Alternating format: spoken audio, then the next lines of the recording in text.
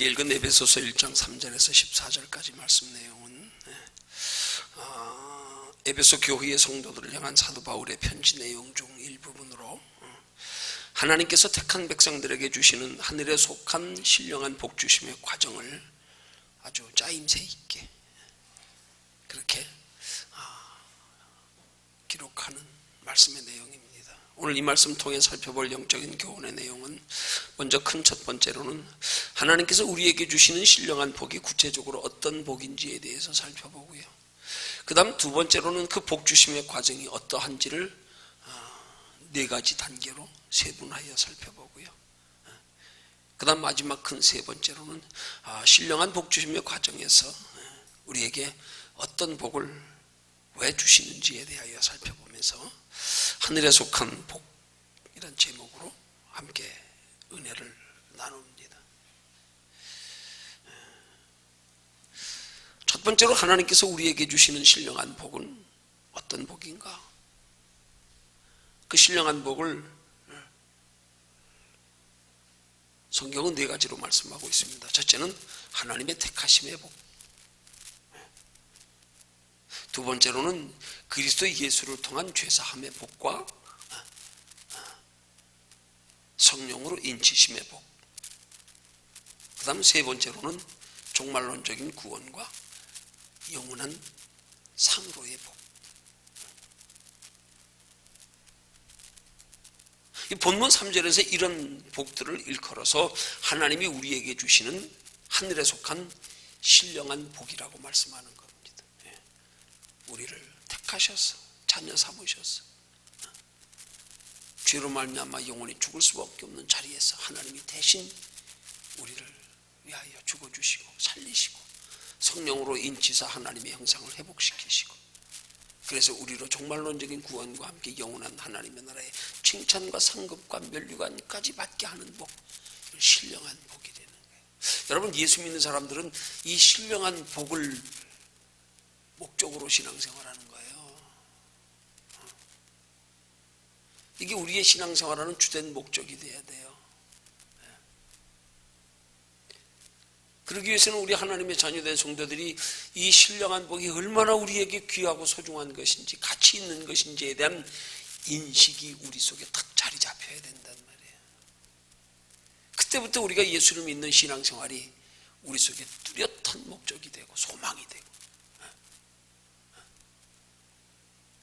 그럴 때부터 우리는 예수를 믿으면서 정말로 신령한 은혜로 세상 사람들이 이해하지 못하는, 느끼지 못하는 그런 평안과 축복 가운데 살아가기 시작한단 말이에요.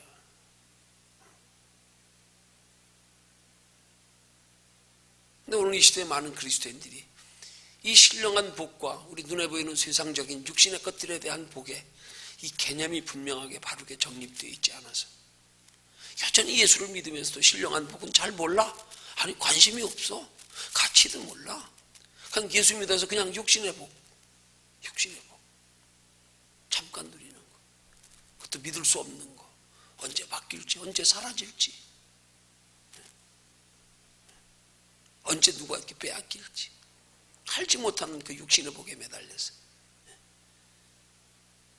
하나님이 창세전부터 우리를 택하신 목적은 그 신령한 복 주시려고 우리 택하셨단 말이에요.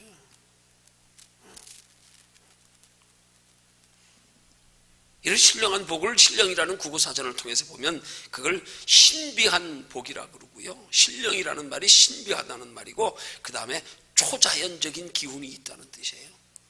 하나님이 우리에게 주시는 신령한 복은 신비한 거다, 초자연적인 거다. 이게 하나님이 주시는 신령한 복이라니까요. 신비한 거요, 신비해. 세상 사람들의 눈에 보이는 것들은 뭔가 우리에게 채워져야 비로소 그때 기쁨이 있고 평안이 있고 만족이 있는데, 하나님이 주시는 신령한 복은 그런 것들이 없는데도 신비하게도 우리 속에 그것 이상으로 기쁨이 있고 평안이 있고 만족이 있고요. 야, 정말 신기하다. 우리 예수 믿으면서 이런 은혜를 맛봐야 된단 말이에요.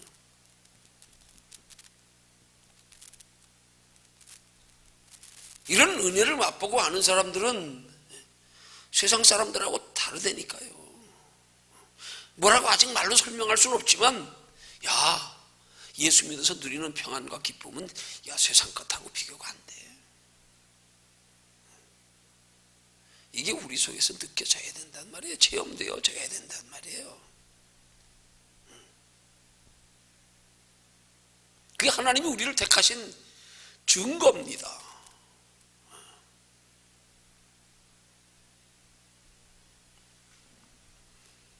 초자연적이 되니까요. 환경과 여건을 초월해요. 3차원의 세계를 초월해요. 시간과 공간도 초월해요.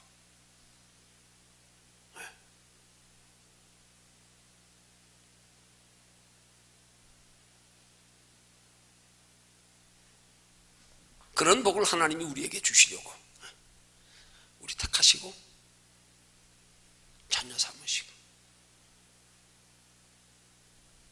우리를 자녀 삼으시기에 자녀 삼으신 자들을 위해서 하나님 자신의 생명까지 내어주시면서 죄의 값을 대신 치루어 주시고,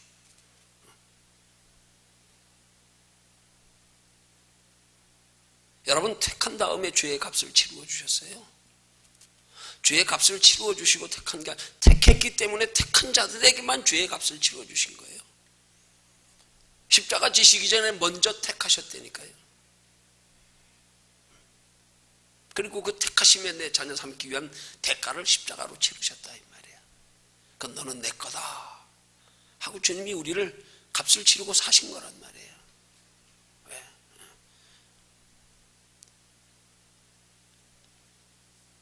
영생 복락 누리게 하시려고. 예수 믿는 사람들이 영생 복락에 관심이 없어. 이게 과연 예수 바로 믿는 걸까요, 이게? 아무 생각 없이 예수 믿어. 그냥 아무 생각 없이 믿으면 구원 받았대. 예수 믿으면 복 받는데, 뭐 때로 병도 고친대. 신령한 복, 세상 복과 다른 복. 이런 하나님이 주시는 신령한 복의 가치 인식이 오늘 우리 속에 확실하게 자리 잡게 되기를 주님의 이름으로 축원합니다. 그럼 이제 그 큰 두 번째로 이런 신령한 복 주심의 과정을 구체적으로 살펴봅니다. 이런 신령한 복을 한마디로 표현하면 그걸 구원의 복이라 그러는 거예요. 구원의 복.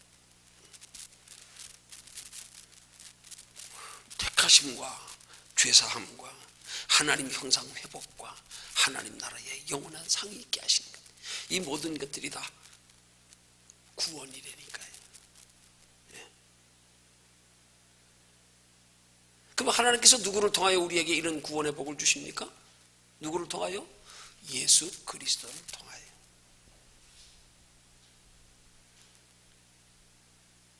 그래서 사도행전 4장 12절에 기록하기를 다른 이로서는 구원을 얻을 수 없나니 천하 인간의 구원 얻을 만한 다른 이름을 우리에게 주신 일이 없음이라 그랬잖아요. 근데 이 시대는 다른 이름 가지고도 구원받을 수 있다는 그런 시대입니다. 거기에 예수 믿는 사람들까지도 거기에 편승하여서 그래 우리 하나님 한 분만 믿으면 다 구원받아, 다 천국 가, 다 우리 하나님 안에서 하나다. 구원 얻을 만 예수 그리스도라는 이름 외에 다른 이름을 우리에게 주신 일이 없는데,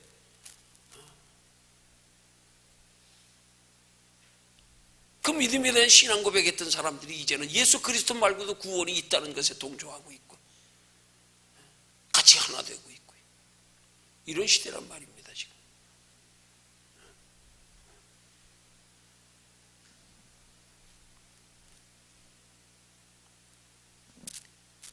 이런 그리스도를 통한 하나님이 우리의 구원의 과정을 이제 네 가지로 살펴보면, 첫 번째 단계가 바로 앞서 말씀드린 것처럼 본문 4절에 택하심의 복이란 말이에요.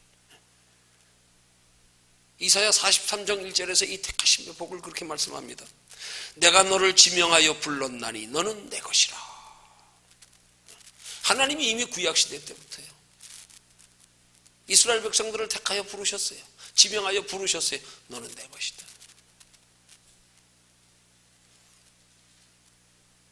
여러분, 혹시 이스라엘 백성들이 예수 그리스도에 오시기 전에 그들이 율법으로 구원 얻으려고 율법을 지켜 행하려다가 그것 가지고 구원 얻으려다가 그들이 율법으로 구원 얻지 못했다고 해서 그들이 전부 구원 얻지 못한 것 같습니까? 성경이 그렇지 않아요. 보면 그렇지 않아요. 구약시대에도 히브리서 11장에 기록하고 있는 많은 믿음의 선진들의 모습에 보면 그들은 정말로 누가 예수가 이 땅에 오시기 전에도 우리 앞에 영원한 하나님의 나라가 있음을 알았고 영원한 하나님의 나라에 예비된 영원한 상이 있음을 알아서 그것 바라보고 소망하면서요 외국인처럼 나그네처럼 살고요.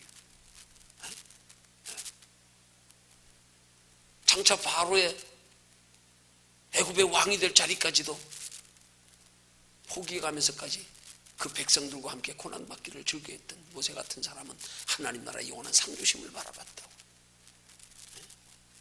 믿음의 조상인 아브라함조차도 하나님으로부터 선택을 받아서 그 약속된 복을 받고 나서 영원한 하나님의 나라에 영원한 장래의 기업이 있음을 알고 종이 318명이나 되는 육신의 복을 받았음에도 불구하고 하늘 바라보고 장막생활하고요. 보면 구약시대에도요 예수님이 이 땅에 오시지 않았지만 그럼에도 불구하고 그들 앞에 영원한 하나님의 나라가 있음을 알았고 그래서 영원한 하나님의 나라에 그 예비된 영원한 상을 바라보고 살았던 구약시대에 사람들이 많이 있다는 사실이에요. 그런 것에 준해서 우리가 이사야 43장 1절의 말씀을 보면 우리는 공감이 갈 수 있는 거예요. 내가 너를 지명하여 불렀나니 너는 내 것이라. 구약시대부터 택하셨어요. 이미 구약시대부터 택하신 사람들이 있어요. 여러분, 그 중에서는 택함 받았지만 버림받은 사람들도 많습니다. 우리 신약시대는 안 그렇습니까? 택함 받고도 버림받은 사람 얼마나 많습니까? 대표적인 사람 누굽니까? 예수님 은 30에 바람을 가릅니다. 예수님이 12 제자 중에 하나로 뽑혔어요.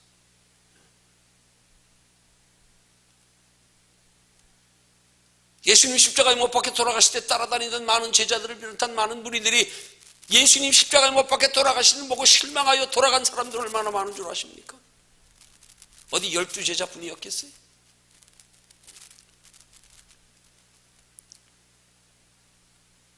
오늘 이 시대에도 많은 사람들이 그리스도를 믿는다고 하지만 그런 하나님의 택하심의 무립 속에서 이탈하여서 지금 오직 누려보는 세상 것 따라 살아가며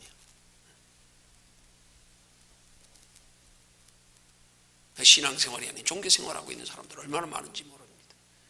그들을 향해서 주님은 난 널 모른다고 말씀합니다.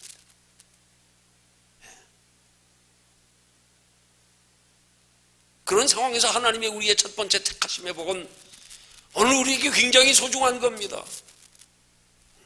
택함 받고도 버림받을 수 있다는 사실이에요. 두려운 말씀입니다. 두려운 말씀이에요.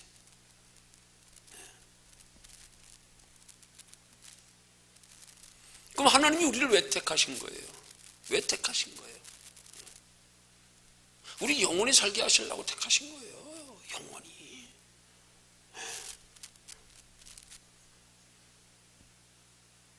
근데 우리를 택하셨는데 언제 택하셨다고요? 본문 4절에 보니까 창세전에 그리스도 안에서 택하셨대요. 창세전에. 아니, 창세전에 그리스도께서 계셨는가? 창세전에 그리스도 안에서 택하셨던 그리스도는 누굴까요? 그러면 그가 누굴까요?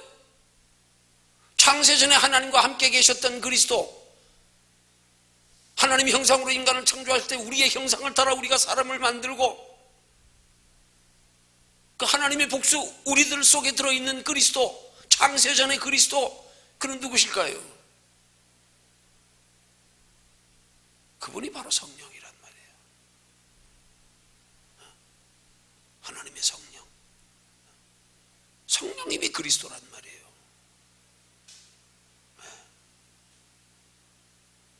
그래서 예수님 부활 승천하시면서 보라 내가 세상 끝날까지 너희와 항상 함께 있으리라 말씀하신 게 누구와 뭘로 함께 계신다는 거예요? 부활하셨는데 올라가시면서 세상 끝날까지 함께 계신데 뭘로요? 우리 안에 성령으로요. 그분이 창세전의 그리스도란 말이에요. 하나님이 천지를 창조하실 때 하나님의 신은 수면 위에 운행하시니라. 하나님의 신, 성령, 창세전의 그리스도.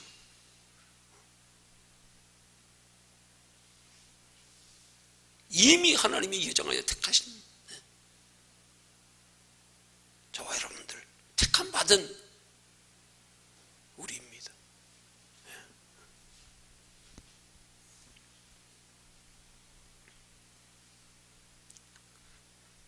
그럼 여기서 창세전에 택하셨다는 말씀에 깊은 의미가 들어있어요. 그것은 하나님의 선택이 인간의 어떤 공적이나 행위나 성품에 따라서 택하여지는 게 아니라는 사실을 가르쳐 교훈하려고 그러는 거예요. 전적인 하나님의 주권과 선택임을 우리에게 알게 하려고요. 우리 태어나기도 전에 마치 야곱과 에서처럼 어머니 뱃속에 있을 때부터 에서는 미워하고 야곱은 사랑하였다. 큰 자는 어린 자를 섬기리라. 내 태중에서 두 국민이 서로 싸우고 있구나. 이미 나오지도 않았는데 아직 야곱을 사랑하셨대.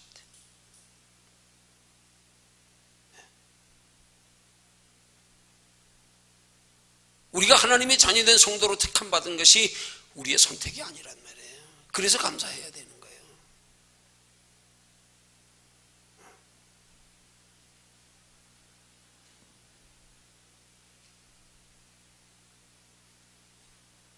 이런 택하심의 복에 감사할 수 있는 저와 여러분들이 되시기를 주님의 이름으로 축원합니다.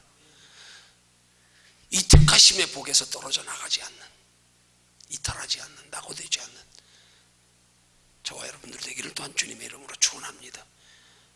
얼마나 많이 떨어져 나가고 있는지 몰라요. 네. 점점.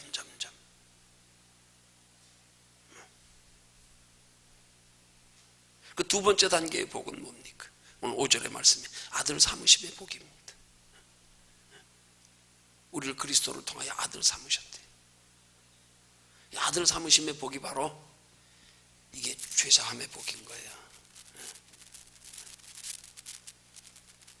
오늘 본문 7절에서 말씀하고 있는 것처럼 하나님의 공의의 법을 따라서 예수 그리스도의 십자가 희생을 통해서 우리 죄의 대가를 예수님이 지불하신 것, 그게 아들 삼으신 거예요. 아들 삼으신 거. 그걸 양자 삼았다 그래. 하나님이 자신의 독생자 아들을 죽이시고 우리를 양자 삼으신 거예요. 대신 자기 아들은 내어주시고 우리를 양자로 삼으시고. 그 왜 아들 삼으셨어요? 왜 양자 삼으셨어요? 하나님과 함께 영원히 살게 하신다. 함께.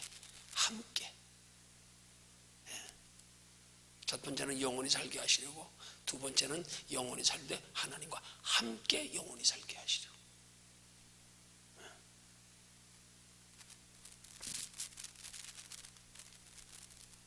하나님과 함께 영원히 사는 것이 우리의 영원한 생명의 본질이란 말이에요. 이게 믿음의 우리의 본질이란 말이에요.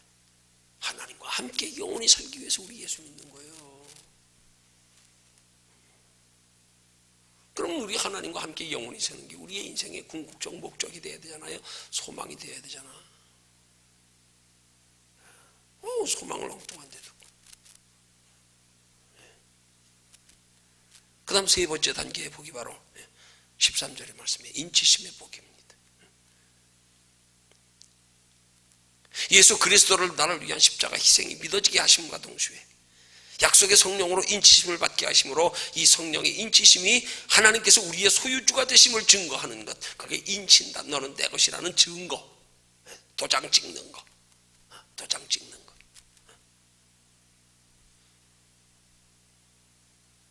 옛날 사람들은 가축을 키우면서 그 가축들을 자기 소유로 분별하기 위해서 인두를 달구어서 살에다가 찢어가지고 찍었잖아요. 내 표시를 해가지고. 그걸 인치신다 그래요. 하나님이 뭘로 우리를 인치셨어요? 하나님의 성령으로. 성령을 우리 마음속에 심어서 보내셨어. 그게 인치신 거란 말입니다. 그리고는 너는 내 것이라. 그렇게 말씀하는 거예요. 그게 곧 성령으로 우리 하나님의 형상을 회복시켜 주시는 복이란 말입니다. 자녀 삼고 나서 그 다음에 자녀된 증거로 우리 속에 하나님의 형상을 다시 회복시켜 주시는 거예요. 집 나간 탕자를 기다리던 아버지가 돌아오니까 어긋 맡겨 끌어안고 기뻐하며 목욕시키고 옷 갈아입히고 가락지 끼워주고 새신 신겨주고 살찐 송아지 잡아 잔치한 것처럼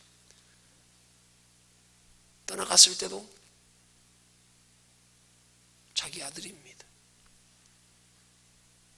돌아왔을 때 다시 자기 아들 때문에 그런 확인을 하나님의 성령의 인치심으로 우리에게 확인시켜 주신 거란 말입니다.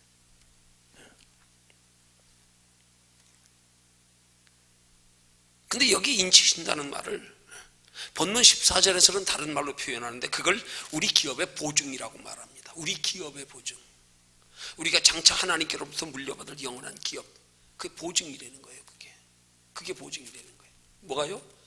우리 속에 인치신 그 성령이 장차 우리의 영원한 하나님의 나라에서 영원한 기업을 물려받을 보증이라는 거예요. 그 성령이. 왜 성령이 보증이겠어요?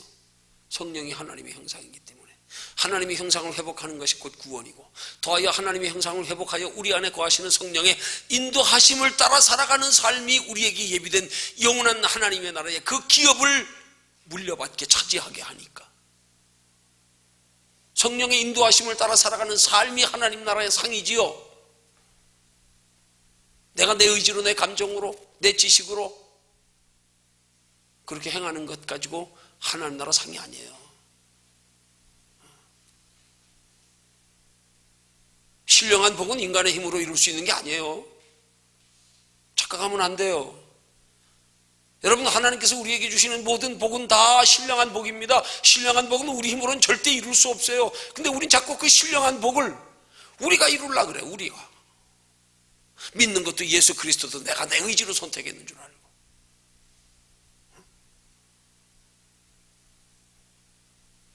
하나님께서 우리에게 구원하셔서 예비해 두신 영원한 하나님의 나라의 칭찬 상급 멸류관까지도 내 힘 가지고 내가 이루는 것으로 되는 줄 알고 아니요. 성령의 인도하심을 따라서 그것이 하나님의 기뻐하시는 뜻임을 우리가 분별하여 깨달아 알고 그 하나님의 기뻐하시는 뜻을 분별하여 깨달아 아는 것조차 하나님의 성령으로 하나님이 은혜 주시니까 깨달아 알게 되는 거지요. 하나님이 은혜 주시니까 그 가치가 인식되는 거지요. 그렇지 않는 사람들은 아무리 가르쳐줘도 안 됩니다. 못합니다. 예수 믿어도요. 못합니다. 그걸 할 수 있다는 게 성령이 인도하심의 증거입니다. 성령이 인도하시지 않으면 못합니다. 마음은 원이로되 우리 육체 가지고는 못하고 우리 육체 가지고는 해도 하나님이 인정 안 합니다. 율법과 복음의 차이인 거예요.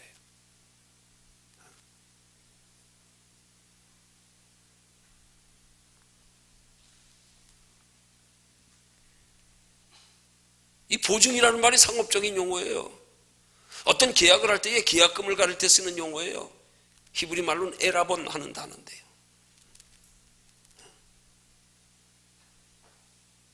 그러니까 하나님의 성령으로 우리를 너는 내 것이라고 인치신 하나님의 그 인치심은 하나님 나라의 완전한 구원의 약속이고 계약이라는 말씀이에요.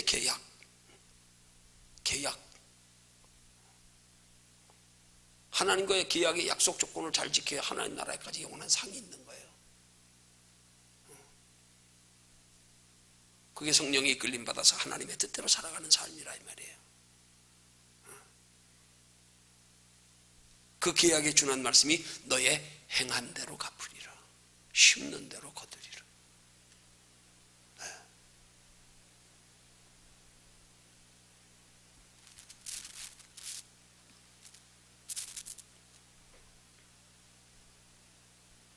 근데 중요한 것은 하나님의 성령의 인치심을 통한 구원의 약속과 계약만 가지고 우리가 완전한 구원이 이루어진 것 아니라는 사실이에요. 많은 그리스도인들이 우리 지금 예수 믿었다고 완전한 구원이 이루어졌다고 착각하고 있어요. 아직 아니에요. 아직 아니에요.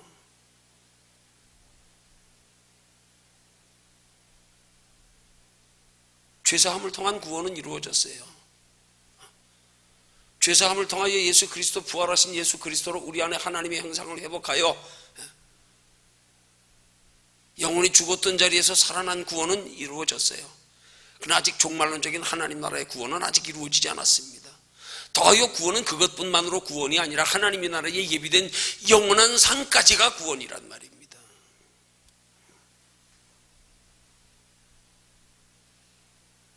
예수 믿는 사람들이 하나님의 나라의 영원한 상에 대한 구원, 그게 종말론적 구원인 건데, 종말론적 구원에 포함되는 영생복락인데,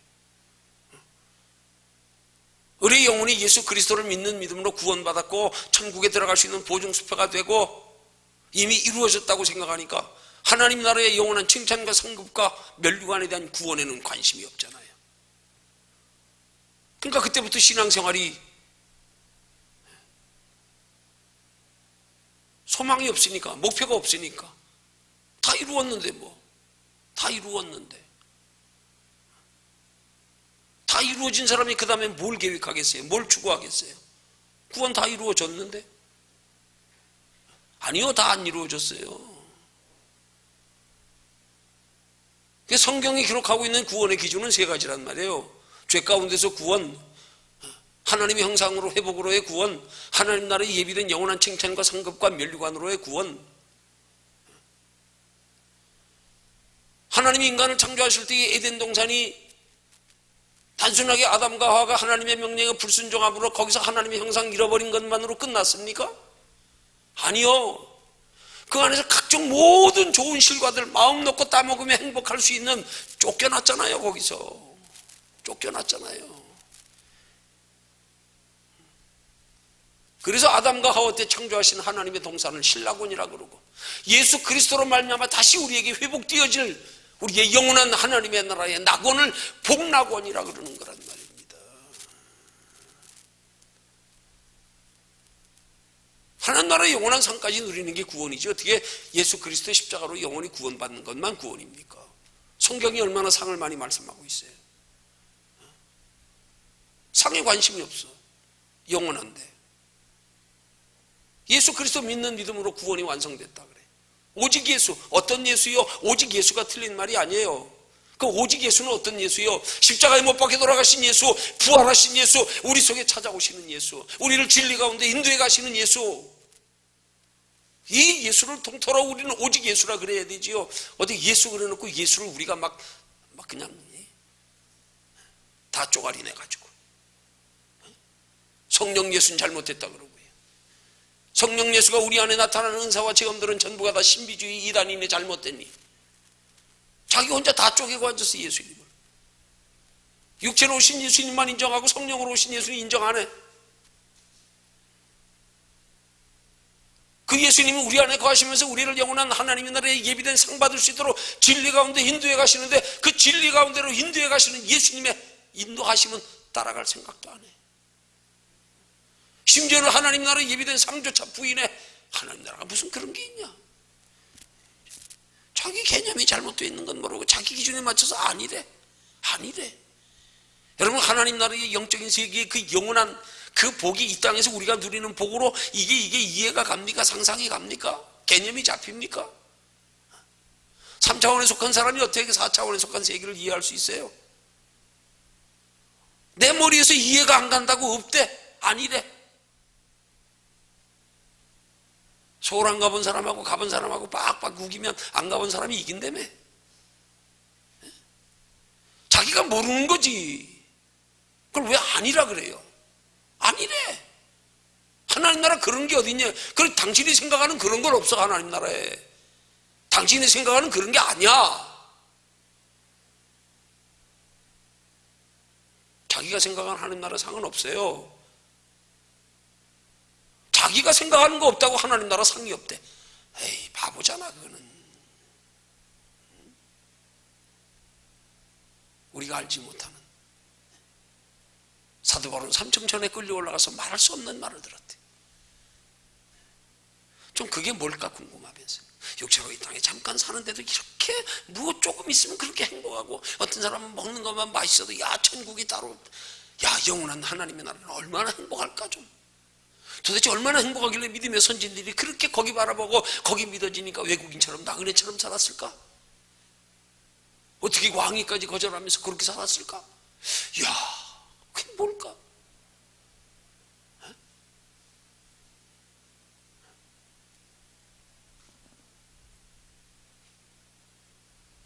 이 복까지 받아야 된단 말입니다. 이 복까지.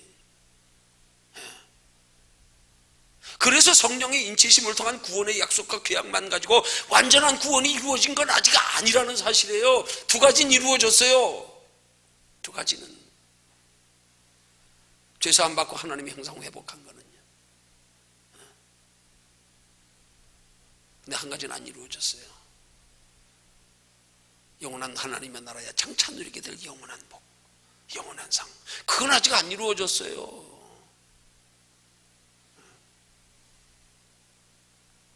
이게 우리가 똑바로 신앙생활 하지 못하면 중도에 파기될 수 있어요. 성령이 우리의 구원의 보증수표입니다. 하나님 나라의 칭찬과 상급과 면류관도 이 성령의 인도하심을 따라 살아갈 때 가능해진 겁니다. 약속이 이루어집니다. 그 성령의 인도하심을 따라가지 못하고 성령을 내 안에 모시고 성령을 내 안에서 잘 붙잡고 유지하며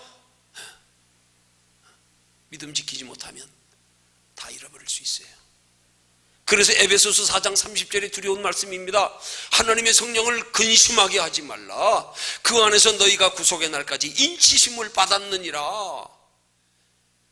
데살로니가서 5장 19절에 말씀합니다. 성령을 소멸치 말라. 소멸한다는 말이 뭐예요? 우리 속에서 사라진다는 얘기예요. 잃어버린다는 거예요. 아니, 잃어버릴 수 있다는 거예요. 성령을 근심하게 하지 마라. 소멸치 마라. 잘못하면 떠나가실 수가 있어. 잃어버릴 수 있어. 하나님의 종말론적 구원의 날까지, 육신의 장막이 무너지는 날까지 우리 성령 소멸치 말고 잘 간직해야 됩니다. 잘 간직해야 됩니다. 그 구원의 날까지 믿음으로 살지 않으면 성령이 근심하다 떠나갈 수 있다니까요. 그래서 히브리서 6장 4절에 6절의 경고의 말씀이에요. 두려운 경고의 말씀. 한번 비침을 얻고 하늘의 은사를 맛보고 성령의 첨례한 바 되고 하나님의 선한 말씀과 내수의 능력을 맛보고 타락한 자들은 다시 새롭게 하여 회개케 할 수 없나니.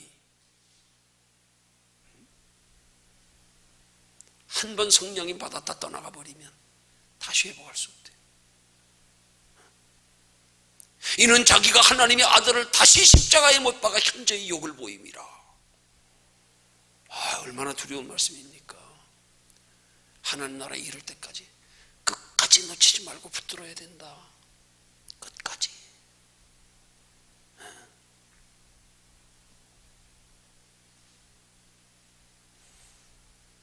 저와 여러분들은 지금 인치심의 복까지 받은 사람들입니다. 너는 내 것이라. 그러나 하나님이 우리를 내 것이라 명하셨고 선언하셨고 선포하셨고, 선포하신 후에 우리에게 있어야 할 남은 과제, 그 내 것이라 선포한 하나님의 택한 백성들에게 예비해 두신 장래의 영원한 기업, 이건 아직 우리 이루지 못했다 이 말이에요. 이건 우리 힘으로 이루어 가야 돼요.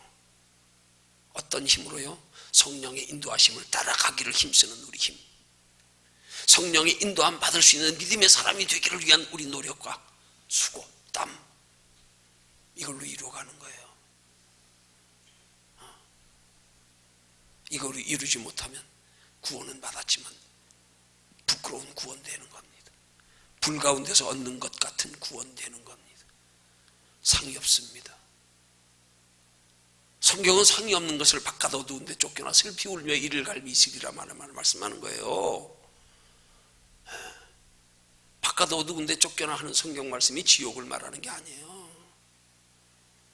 이 악하고 게으른 종아, 그래도 종이에요. 구원은 받았어요. 상이 없을 뿐이지. 많은 사람들이 상에 관심 없이 살아. 이제 우리의 신앙생활의 목표는 오직 한 가지 상인데, 이게 믿은 영원한 하나님의 나라 상인데, 여러분 왜 이렇게 열심히 신앙생활 하십니까? 왜 남다르게 낮 예배만 한번 드리면 끝나지 뭐하러 저녁 예배까지 나오시고 그래요? 뭘 새벽까지 나오세요? 왜 그렇게 열심히 하십니까? 목적이 분명하십니까? 이유가 분명하십니까? 우리 신앙생활 너무 멍청하게 해. 너무 생각 없이 하고 있어.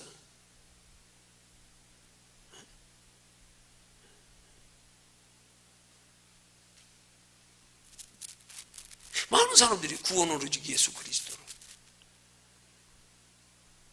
그럼 구원이 어떤 예수 그리스도로예요? 육체로 오신 예수 그리스도로, 그 다음 성령으로 오신 예수 그리스도로, 십자가에 못 박혀 돌아가신 예수 그리스도로, 부활하신 예수 그리스도로, 죄사함 받는 것으로 구원, 하나님의 형상 회복하는 것으로 구원. 이제 양면의 두 가지를 다 믿어야 온전히 믿는 거란 말이에요. 근데 그냥 오직 예수래. 성령으로 오신 예수는 관심 없고, 부활하신 예수 별로 관심 없고, 하나님의 형상 회복 별로 관심 없고, 그 육체로 오신 예수, 십자가 못 박혀 돌아가 주신 예수, 우리 죄 문제 해결해 주신 예수, 끝났다. 오직 예수.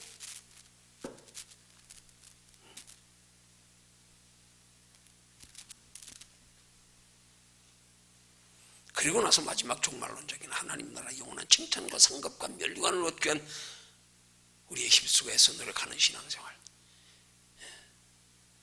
이게 우리가 온전한 구원에 이르기 위한 신앙생활이라 이 말이에요. 우리 아직 육체로 이 세상에 있습니다. 아직 때가 이르지 않았습니다. 주님 아직 재림하시지 않았습니다. 하나님 나라의 영원한 복은 장차 받을 복입니다. 구원은 여기서부터 하나님의 형상이 회복되고 부활하신 예수가 우리 안에 계심으로 여기서 이루어져서 육신의 장막 벗으면 그냥 영혼만 옮기어져 가면 되지만, 그러나 칭찬과 상급과 멸류관은 이 땅에서 준비하는 만큼이란 말이에요. 어떻게 해요? 성령의 인도하심을 따라서요. 그러기 위해서 성령의 인도함을 받을 수 있는 믿음의 단계가 되기 위해서 성령의 인도함을 받기 위한 노력과 수고가 필요하다 이 말이에요. 근데 이걸 그냥 등한시하고 소홀히 하고 게을리하고, 성령의 인도하심을 따라가는 삶만이 우리 하나님 나라의 영원한 상이 따라가는 만큼 되는 건데, 그 성령의 인도하심을 따라 행한 만큼 주님이 갚으시는 건데, 이 성령의 인도하심을 따라 사는 삶, 성령의 인도함을 받기 위한 노력, 이건 전혀 없이.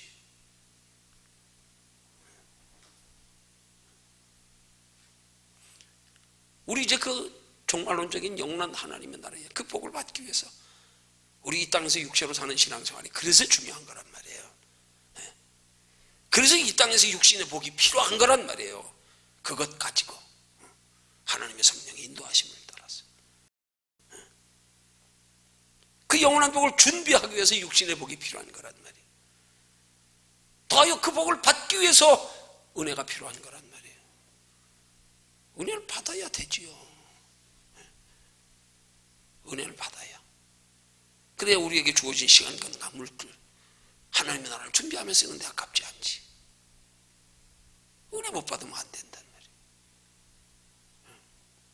여러분, 은혜 받고 나면은요, 그 우리가 하나님의 나라에 영원한 상을 준비하기 위해서 우리가 행해야 되는 시간, 건강, 물질이요, 여러분 희생적인 개념으로 생각하지 마세요. 그건 잘못된 율법주의적인 사고방식이에요. 그런 희생적인 개념으로 드리는 건 하나님 앞에 상이 못 돼요. 알고 보면 억지로 마지못해 드리고서 아니면 기복적 신앙 가지고 드리는데, 그게 무슨 하나님 나라의 상의 이유가 돼, 근거가 돼. 합법적인 근거가 못 돼. 우리 속에 그런 영원한 하나님의 나라에 예비된 구원과 칭찬과 상급과 멸류관의 가치가 여기서 인식되어지고 나면, 그래서 거기에 대한 간절함과 소망이 생겨지면, 그 다음부터는 우리에게 주어진 시간, 건강, 물질을 사용하는 것은 내 속에서 성령이 우리 속에 그렇게 살고 싶어하는 마음을 불듯 일어나게, 그렇게 하는 걸 즐겁게 여겨질 수 있도록 만들어 주시는 것으로 돼야 되는 거예요. 그러니까 우린 그런 마음이 드는 게 먼저란 말입니다. 그 은혜를 받아야 되지요. 은혜를 받아야. 드려도 아깝지 않지요. 시간 드리고 건강 드리고 물질 드리지 않아도 아깝지 않게 즐거움으로, 기대와 소망으로, 감사로 드려야 그게 상이 되지요. 기복신앙에다 갖다 붙여가지고 드리면 복 받는다. 이 땅의 복은 그렇게 드려서 복 받을지 몰라요. 하나님 나라의 영원한 복은 그렇게 받는 거 아니에요. 육신의 복은 받을지 모르지만 그렇게 드려가지고 하나님 나라에 복 없어요. 너는 이미 이 땅에서 다 받았어. 사람들 앞에 인정 다 받았어. 하나님 나라는 없어. 성경이 말씀하는 거예요. 우리의 시간, 건강, 물질을 하나님 앞에 드리는 건 이 땅에서 누리기 위한 게 아니에요. 이 땅에서 대가받는 게 아니란 말이에요. 하나님 나라의 영원한 것으로 대가받기 원하는 사람은 벌써 이 속에서 성령님이 이끌어 가신단 말이에요. 그렇게 하고 싶은 마음이 들게 하고 기쁨으로 하게 하실 때가 있단 말이에요. 그렇게 하게 하신다고요.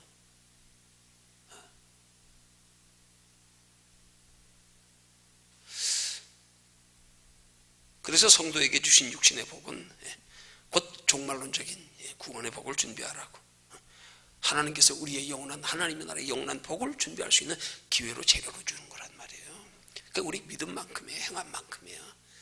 그래서 그 하나님 나라의 칭찬과 상급과 면류관은, 구원은 누구나 믿으면 받지만 칭찬과 상급과 면류관은 내가 행하는 만큼. 그래서 신앙은 점수 차이다. 내가 행하는 만큼, 행한 대로 갚으리라, 심는 대로 거두리라. 성경이 어디 이 땅에서 영혼을 말씀하는 책이 행한 대로 갚고 심는 대로 거두는 걸 육신의 걸 말씀하는 걸까요? 그럼 성경 잘못 대입하고 있는 거예요.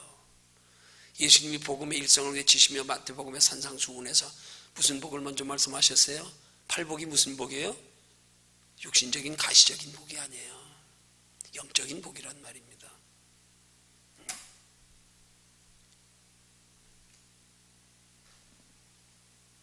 이 땅에서 준비하는 만큼입니다.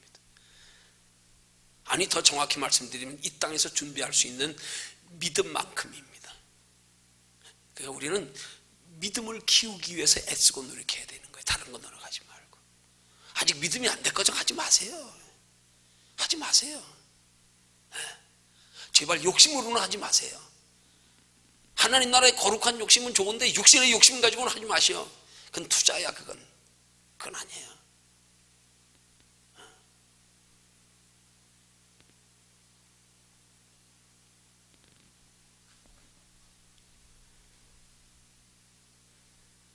하나님이 내게 깨닫게 하신 복음의 진리로 한 번 더 하나님이 내 인생에 기회를 주신다면,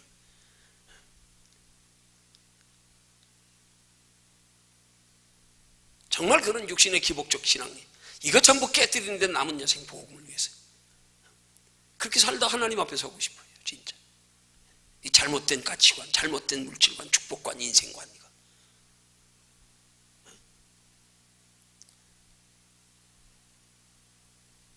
언젠가 그렇게 할 수 있는 날을 저기 허락해 주실 줄로 저는 믿고 기다립니다. 믿고 기다립니다. 아직 시간 많아요.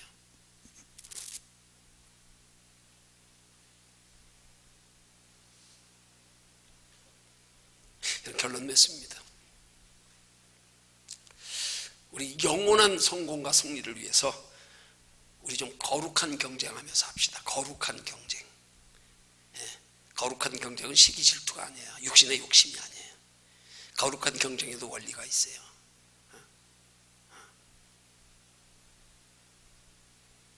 남이 잘하는 걸 내 일처럼 기뻐해 주는 거, 내가 잘하는 것보다 거긴 상이 더 커요. 이 원리를 먹으면 예수 믿으면서 거룩한 경쟁하면서도 시기 질투해 막 씩씩거리고, 나보다 잘하는 사람 보면 형 속이 편치 않아. 그건 영적인 축복의 원리를 몰라서 그래요. 그런 사람들을 내 일처럼 기뻐하며 박수 쳐주면요, 그 기뻐하며 박수 쳐주는 사람 상이 더 커. 이게 영적인 원리야.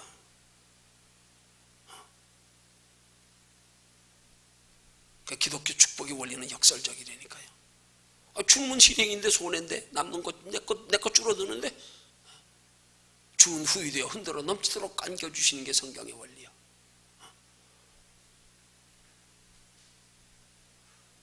내가 하기 싫어서 남에게 맡기는 건 그건 상없어. 책망밖에 없어. 내가 그게 복인 줄 아는데도 다른 사람이 복 받기를 원해서 그래 그러냐? 그럼 내가 너 복 받게 희생할게, 양보할게. 이게 더 큰 복이에요. 근데 우리는 내가 하기 귀찮은 건 남들한테 잘 맡겨.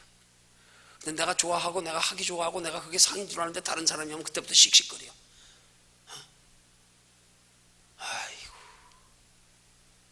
너무 그런 영적인 축복의 원리를 몰라. 두 사람이 함께 일을 해도요, 어느 한 사람이 더 열심히 한다 그래서 둘이 상대적으로요, 원리를 잘 알아야 돼요.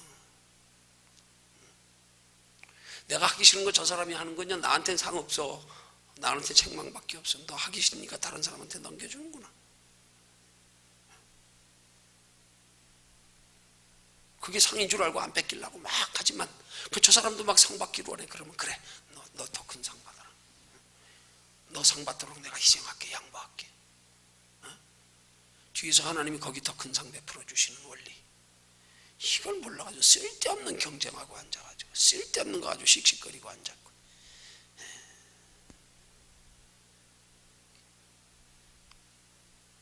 사소한 원리 한 가지만 얘기했습니다.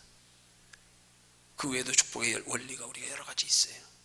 우리가 깊이 생각해야 될 축복의 원리, 성경적인 원리, 이거 똑바로 알아야 됩니다. 그런 원리에 준한 경쟁을 거룩한 경쟁이라 그러는 거예요. 거룩한 경쟁. 거룩한 경쟁에는 다툼이 없어요. 시기가 없어요. 질투가 없어요. 세속 욕심이 없어요. 체면이 없어요. 그게 없는 것이 거룩한 경쟁입니다.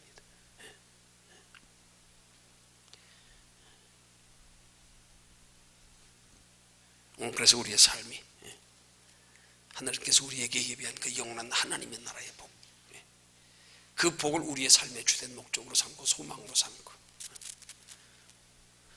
그 예비된 영원한 복을 받기 위해서, 그것이 우리의 신앙생활의 마지막 목적지다. 거기가 꼬린지점이다. 거기를 향해 달려갈 수 있는 저와 여러분들 되기를 주님의 이름으로 축원합니다.